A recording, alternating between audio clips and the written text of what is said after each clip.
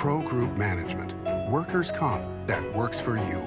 This is 7 at 7 from the Las Vegas Review-Journal. Good evening, I'm Jen Ah. Thanks for joining us on 7 at 7. Starting off with business, sponsored by Bank of Nevada, Bank on Accountability. Station Casino's next Las Vegas resort is now in active construction in the Southwest Valley. On Durango Drive, south of the 215 Beltway, you can see trucks, trailers, and heavy equipment. What's interesting also is that Station owns land for future resorts all over southern Nevada, up in Sky Canyon, down in Inspirada, in Summerlin. They own a lot of property, and it's unclear which one they're going to develop next. But the company said about a month ago that they're already looking at other sites. In 18 to 24 months, this plot of dirt is expected to transform into this $750 million resort. Based on what they're saying now, they might be announcing what the next one will be soon after it opens. Station Casinos, a chain focused on locals, previously said it wants to double its presence in the Las Vegas Valley.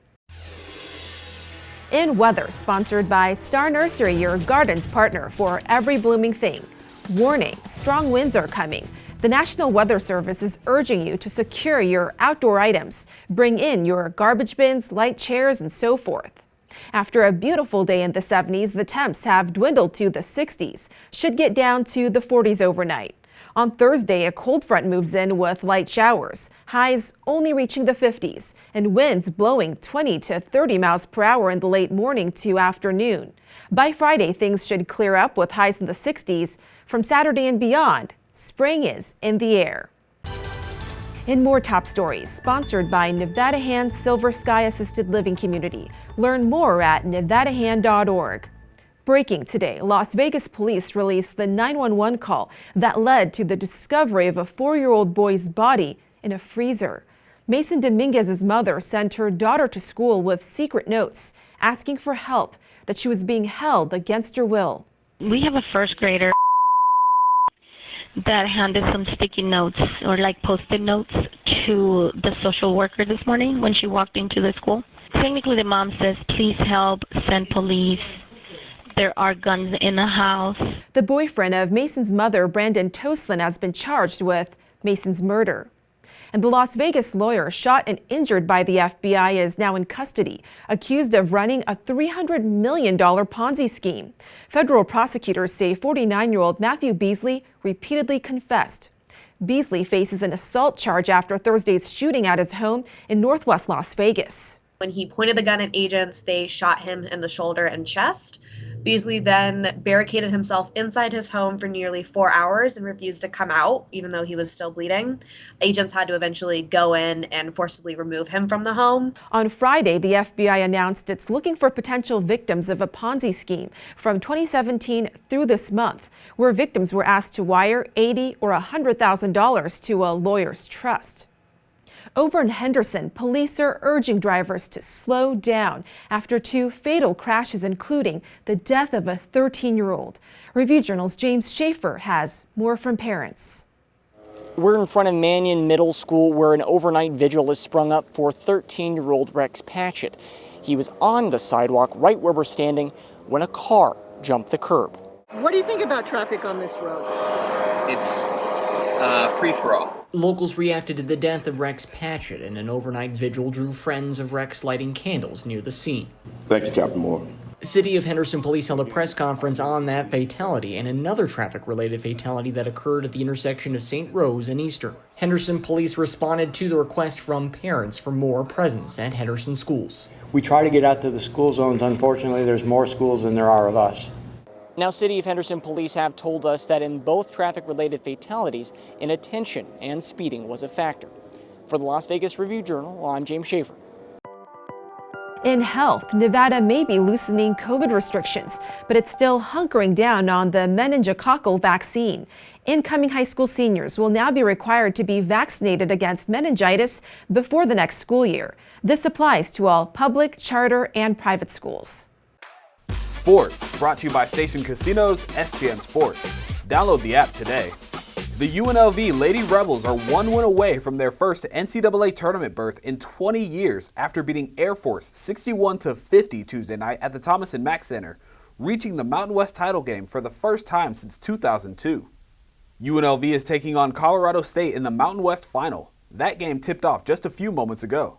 The last time these two teams met, the Rebels won 80-69 on February 26th. Sports betting, sponsored by Las Vegas Paiute Tribal Smoke and Cigar Shop. John Rahm is the 11-1 favorite at Circa Sports to win the Players' Championship, golf's unofficial fifth major.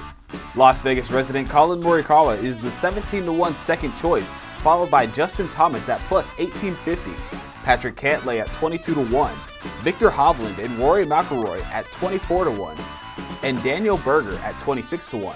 For VSiN host Wes Reynolds and Westgate Superbook oddsmaker Jeff Sherman's best bets on the tournament, visit reviewjournal.com. In entertainment, sponsored by DiscoverNevada.com, brought to you by Travel Nevada. College basketball games and tournaments still pack arenas and hotels, showcasing the viability of Las Vegas as a basketball mecca. Review Journal's Renee Summerhour shows us what's next. Renee? Jen, teams like the UNLV Rebels have bolstered a robust sporting landscape that also includes the Knights, the Aces, Raiders, boxing, mixed martial arts, and more. But college basketball maintains the foothold here in Las Vegas. The 16-team WAC men's basketball tournament debuted at the Thomas & Mack Center 25 years ago this week. And this month, these men's and women's basketball conferences and tournaments call Las Vegas their home. The tournaments, however, were once deterred by the NCAA. Even locals were barred from legally betting on UNLV or UNR and its teams until 2001, but that has since changed. The proof is in the pudding. There's going to be an NCAA tournament regional played here in Las Vegas. If you're putting your most seminal, your most important event in Las Vegas, that goes to show you that, hey, sports betting isn't as bad, or the perception around Vegas and the sports betting isn't as bad as they once thought it would be. In 2023, the NCAA will bring the West Regional of its annual men's basketball tournament to T-Mobile Arena. And with the Knights, Aces, and Raiders having rooted their franchises in Las Vegas, they're all following the precedent that the college basketball helped set. Jen?